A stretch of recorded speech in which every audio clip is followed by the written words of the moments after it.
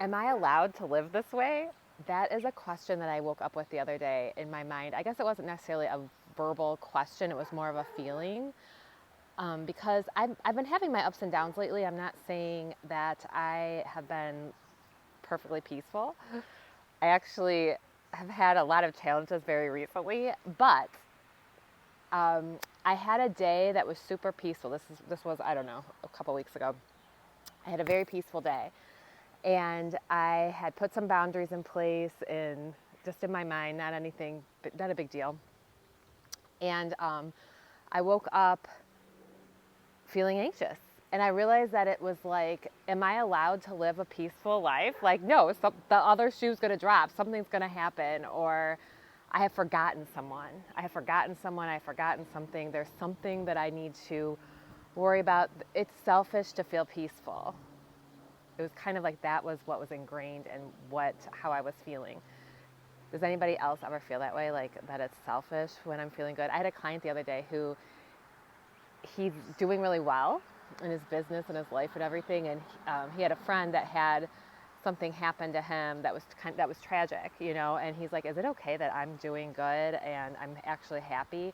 I'm like, yes, we need to. It's not that you don't feel for your friend or hold space for your friend or are there, but you don't need to absorb it, right? We observe, don't absorb, because that's how we can actually help people. But anyway, okay, so am I allowed to live this life? I'm outside in my garden right now. You can see we put up this beautiful fence. This is like a symbol of my boundaries that I feel like this year. Um, I'm planting a little perennial English garden in the middle. We'll see how that grows. I'm doing a separate room in the front. You can see the pink and purple fence. I'm going to do like a separate room, and you can see the pink and purple shed. Pretty, beautiful. Am I allowed to live this way? Am I allowed to live this way? So, in the course that I created, How to Stop Anxious Thought Loops, I'll put the link to it, of course, in the description. But How to Stop Anxious Thought Loops, in this course, I talk about, it's a mini course, and I talk about what waits for us on the other side of this. Like, what waits for us on the other side of anxiety, of fear? Like, after we stop listening to those voices and try to fix the world, stop trying to fix the world around us, what waits for us? Well, this waits for us, like our life, our creative life, the way we want to be living, not the way that somebody else tells us to live. This is what waits for us. I feel like for me, and I talk about this in the course,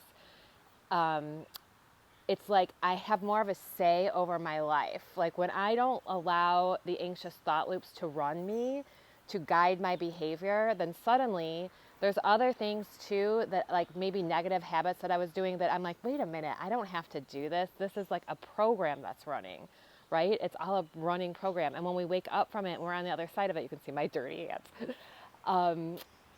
Our life actually waits for us, the life we actually want to live. I've been thinking so much about this lately, because it's like, what is the life that I want to live? I think I allow like social media influencers sometimes to like people that I really like and follow and find helpful. I still sometimes feel like I'm being programmed that I want their life. And that's absolutely not true. Like what I really want, I realized this last night, I might be sharing too much right now, so we'll see if I cut this out or not. But I realized last night, like I want my true self is a frequency holder. Like I want a lot of space in my life. I want a lot of peace. I need it. Because that's my nervous system, what my nervous system needs and how I thrive. Right? So that is what I want. And I think I think I sometimes still fall under thinking that's not an abundant life. But for me, that is an abundant life. And that doesn't have to equal like not making a lot of money. Like that doesn't have to be a small life. But I have it programmed because of our programming that we have to think that we have to work hard, strive, always be trying, right? Well, because that's what we think that we need to be doing in order to have an abundant life. But how is that an abundant life? I remember thinking about this a long time ago. Like I at one point in my life was working like 4 jobs. I had money. I had no time. I was sick.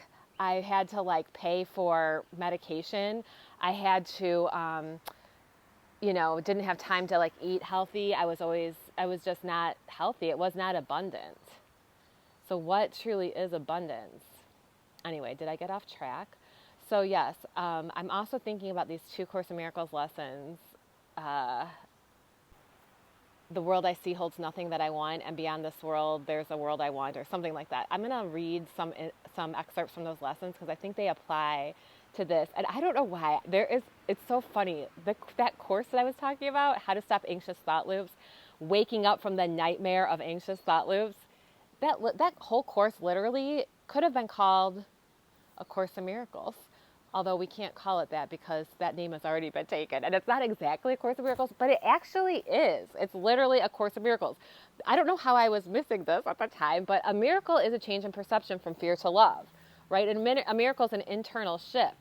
So that whole course that I'm linking below is about miracles. I'm going to read you an excerpt from the course, the actual Course in Miracles, that made me realize this.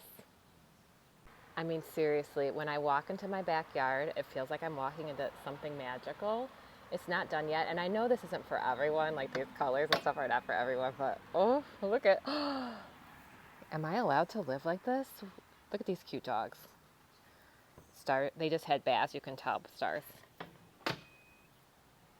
We're doing a lot, we have a lot more landscaping to do this year, but is this allowed? Is it allowed to be peaceful and have a beautiful whatever? Let's make everything beautiful. So yes, it's interesting how the trauma, and the drama, I think the drama comes from the trauma. It's interesting how the drama tries to sneak its way in and say, you can't live like this. You can't live like this. You cannot live a peaceful life. No, this is like the voice that we don't want to be listening to, right? So our attitudinal muscles get stronger when that voice comes up and says no, or the voice or the feeling comes up. It's trauma, creating drama. And the voice, it comes up and says, you can't live like this. You're not meant to live a peaceful life. You're meant to struggle, right? You're meant to live in fear. You can't just pick whatever color you want for your fence. Somebody is going to judge you. It's wrong. You're not following the rules. You will be punished. Therefore, you will be punished. If you choose yourself, if you say no to things, you will be punished. This is selfish. You're meant to struggle. You're meant to suffer. You can live your life. You can be within your life. You can have a slow morning. This is a lot of nervous system healing work too. That kind of naturally goes with this. I realized that a lot of healing I've done in my past was really nervous system healing. It just wasn't called that at the time. But yeah, the other thing, I have a trip coming up, visiting family, and I get a little nervous about it, when I think about the trip and everything. And it's a trip where you're like with family, you're visiting and it's not just like a solo trip or a trip with me and my husband where it's like, but there's like other people involved, right? So like, I get a little nervous about the trip coming up, like just because and I realized this morning, when I think about the trip from my perspective, I'm going on a trip. This is my trip. This is not to be selfish. This is an empath. This is how we heal as empaths and how we put up boundaries, like within ourselves even. Like I realize that the anxiety that it causes me it's because I'm thinking about other people. I'm thinking about myself and the trip from other people's perspectives, right? I'm thinking about what I need to be doing for others in a way, or like how, but if I keep it within my perspective, I'm going to talk more about this. This might be my next course too, about like how we tend to, as empaths, we tend to leave our bodies. Like it feels like that a lot when I'm around a lot of people. Like I might leave my body. I'm no longer within my own energy, if that makes sense. So when I woke up this morning and I thought of the trip as like my trip, this sounds selfish, but it's really the opposite of selfish. I feel like with empaths, sometimes like reading A Course in Miracles, I talk about this, like A Course in Miracles assumes you have boundaries. Like we don't really need to be told we are all one as an empath. Like we already know this, okay? We already feel it.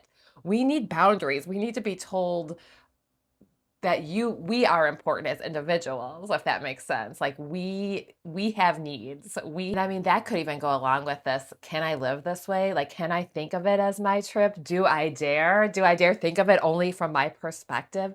Not that I think about things only from my perspective. That's not possible for me. I see everybody's perspective all the time, but I need to lean more into my perspective, lean more into my experience. So I stay within my body, right? So I'm not taken outside of myself, so I don't abandon myself. Because that's a pattern that I have run into, like abandoning myself to make everybody else comfortable. So I'm not like disturbing anybody, like making that my main purpose instead of like staying within myself.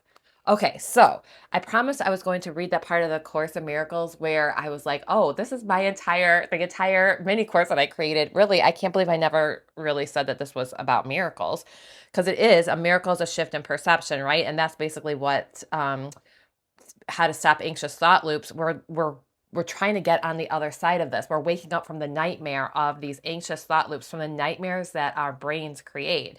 And in A Course in Miracles, this is the very beginning in the Principles of Miracles. It says, miracles honor you because you are lovable. They dispel illusions about yourself and perceive the light in you. They thus atone for your errors by freeing you from your nightmares. Hello, freeing you from your nightmares. By releasing your mind from the imprisonment of your illusions, they restore your sanity. Wow, that's the description of that course.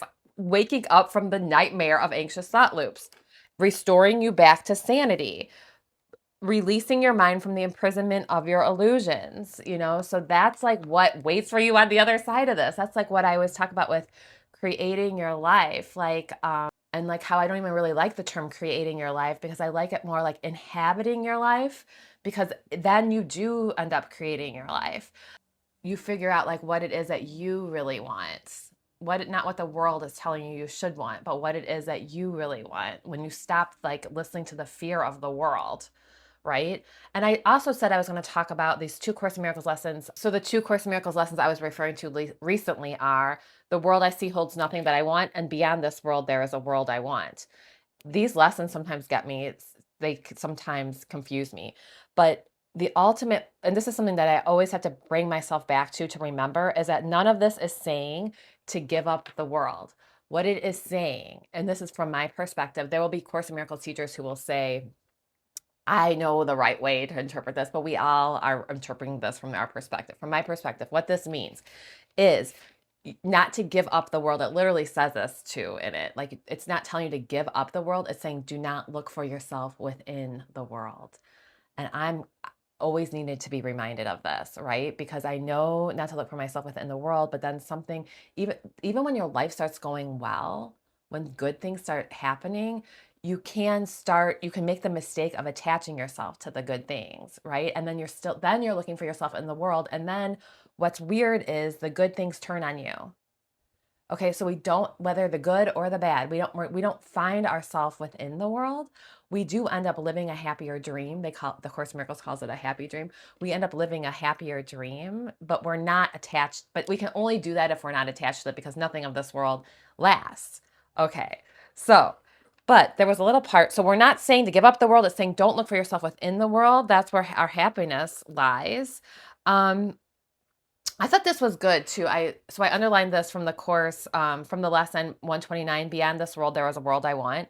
This little paragraph is good. It says, now is the last step certain. Now you stand in instant space away from timelessness. Here can you but look forward, never back, to see again the world you do not want. Here is the world that comes to take its place. As you unbind your mind from little things the world sets forth to keep you prisoner. Value them not, and they will disappear. So I love this. So David Bayer, I was just listening to him, and he talks about the lesson that Jesus taught, turn the other cheek. And he says it's really, his interpretation of that is turn the cheek from the things you don't want. Like Abraham Hicks would say, you're not supposed to give the energy. We don't want to be creating the things in our life that we don't want. And we do that by turning our cheek. We don't give them energy anymore. Turn your cheek, turn the other cheek, right? So like in the course of waking up from anxious thought loops, I talk about what is waiting for us on the other side of like listening to those anxious thought loops, right? Value them not, they will disappear. I mean, it's true. You stop valuing them. We stop valuing them. When we don't value anxiety, we don't feel anxiety anymore. I mean, we might feel it. It might be there, like the thoughts. We don't try to get rid of the thoughts. We just value them less. We don't value them. Value them not, and they will disappear. I think that's so good. Oh, so we definitely now too can understand these lessons. Beyond this, the world I see holds nothing that I want, and beyond this world, there is a world I want. Especially when we apply it to the anxiety, to the guilt, to the anxious thought loops. Beyond that world, there is a world that you want. And that world is what is waiting on the other side for you. So yes, I hope this was helpful today. You are allowed to live a peaceful life, an abundant life. I believe that's truly what we actually are and what we are here for. We are not here to live in pain and fear. Okay, so peace and love. I will see you guys soon. And go ahead and subscribe if you want more videos like this about learning to live a peaceful life. And I will see you next time. Peace and love.